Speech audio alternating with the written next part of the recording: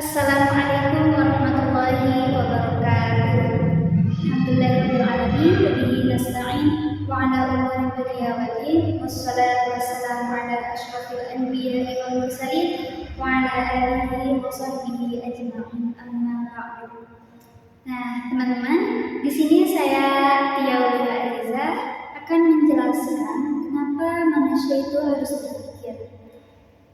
Nah, jadi teman-teman, Allah itu memberikan karunia yang sangat mulia kepada manusia, yaitu apa?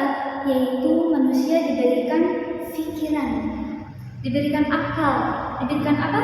Akal untuk berpikir. Nah, pikir sendiri itu apa, teman-teman? Nah, pikir itu adalah proses berpikir. Nah, di sini pikir itu melahirkan pikiran,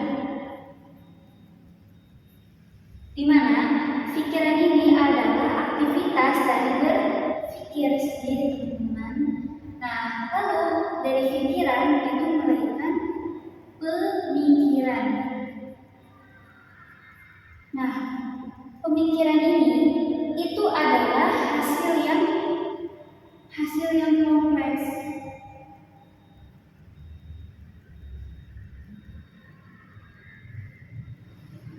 Tapi teman-teman, sebelum kita melakukan proses untuk berpikir, ada baiknya kita harus tahu 7 langkah untuk berpikir itu apa saja. Nah, di sini yang pertama adalah patuh. Patuh itu mempunyai kata kunci takwa. Nah, kita harus takwa kepada siapa aja? Kita harus takwa kepada Allah dan Rasul. Itu, teman-teman. Lalu yang kedua itu adalah pasti.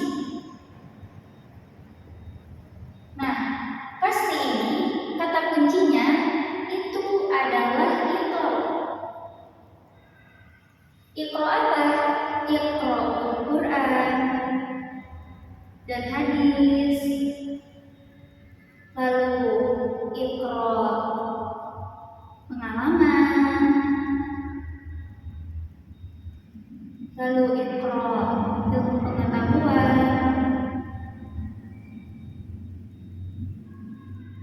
Dan yang terakhir adalah wawasan. Nah, kita itu harus memastikan bahwa kita itu harus paham pada agama, ya teman-teman. Karena jika kita tidak melakukan iqra ini, maka yang terjadi adalah kesalahan berpikir. Maka yang terjadi juga adalah nafsu akan datang kepada diri kita, yaitu nafsu apa?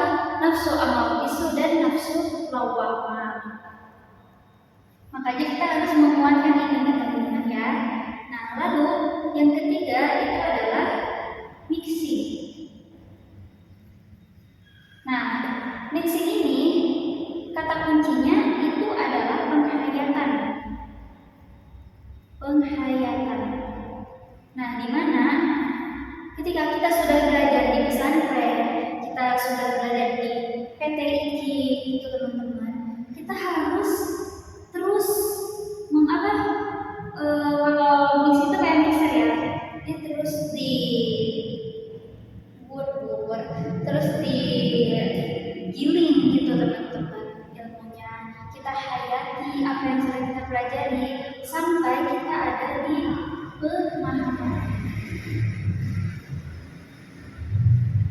Itu, ya, teman-teman.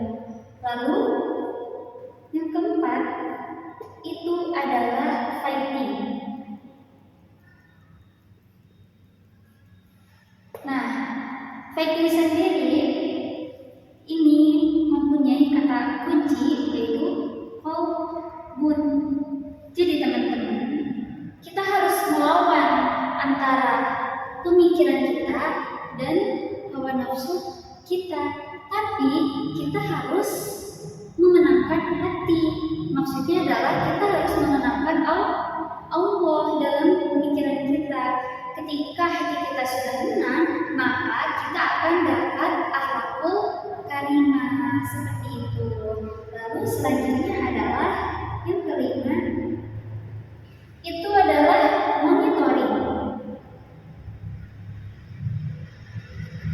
Nah, monitoring ini ketika kita sudah melakukan proses berpikir, langkah berpikir 1 sampai tadi, kita harus evaluasi. Kita harus muhasabah apakah pikiran kita itu benar atau salah. Jika pikiran kita itu salah, maka kita kembali ke 6A.